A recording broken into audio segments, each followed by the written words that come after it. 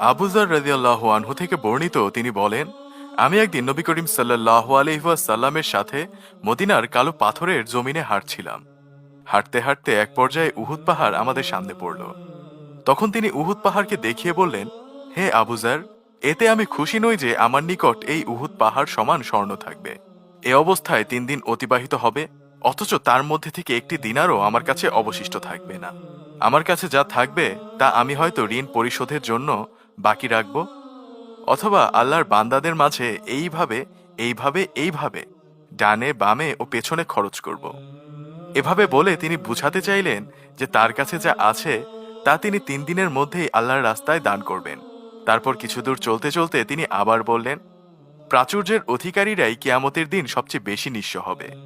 অবশ্য ওই ব্যক্তি নয় যে সম্পদকে পানির ফোয়ারার মতো এইভাবে এইভাবে এইভাবে ডানে বামে ও পেছনে খরচ করে, কিন্তু এরকম লোকের সংখ্যা খুবই কম। তারপর তিনি আমাকে বললেন, তুমি এখানে বসে থাকো যতক্ষণ না আমি তোমাদের কাছে ফিরে আসছি।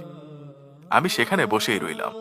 চেয়ে দেখলাম নবী করিম সাল্লাল্লাহু আলাইহি ওয়াসাল্লাম রাতের অন্ধকারে হেঁটে যাচ্ছেন। হাঁটতে হাঁটতে তিনি এতদূর চলে গেলেন যে শেষ পর্যন্ত তিনি অদৃশ্য হয়ে গেলেন। হঠাৎ আমি একজোর শব্দ শুনতে পেলাম।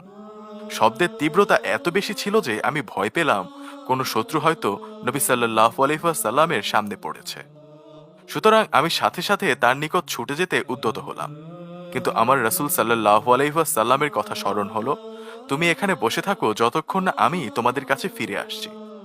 সুতরাং আমি বসে রইলাম, কিন্তু আমার ভেতরটা অস্থির হয়ে উঠল। এর কিছুক্ষণ পর হঠাৎ দেখলাম নবী করিম সাল্লাল্লাহু আলাইহি ওয়াসাল্লাম এদিকে ফিরে আসছেন। তাকে দেখে আমার দেহে আবার প্রাণের সঞ্চার হলো। তিনি কাছে এলে আমি বললাম, আপনি চলে যাবার পর আমি একজোর শব্দ শুনলাম, যাতে আমি ভয় পেয়ে গিয়েছিলাম ইয়া রাসূলুল্লাহ। আমার ভয় হচ্ছিল আপনাকে কোনো শত্রু পাকড়াও করলো কিনা। তিনি আমাকে জিজ্ঞেস করলেন, তুমি শব্দ শুনেছিলে? আমি বললাম, জি হ্যাঁ। তিনি বললেন, তিনি জিব্রাইল আলাইহিসসালাম ছিলেন, তুমি তার শব্দ পেয়েছ। তিনি আমার কাছে এসে বললেন, আপনার উম্মতের মধ্যে যে ব্যক্তি আল্লাহর সাথে কাউকে শরীক না করে মরবে সে জান্নাতে প্রবেশ করবে। আমি বললাম, যদিও সে ব্যভিচার করে ও চুরি করে তবুও কি?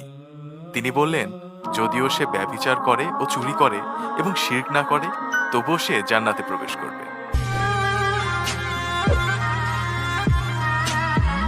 সুবহানাল্লাহ। প্রিয় ভাইরা আমার, এই হাদিস থেকে আমরা এটাই শিখতে পাই যে যদি আমরা আল্লাহর সাথে কাউকে শরীক না করে ঈমান নিয়ে দুনিয়া ত্যাগ করতে পারি, তবে আশা করা যায় আল্লাহ রাব্বুল আলামিন আমাদেরকে জান্নাতের অন্তর্ভুক্ত করবেন। লা ইলাহা ইল্লাল্লাহ, আল্লাহ ছাড়া কোনো মাবুদ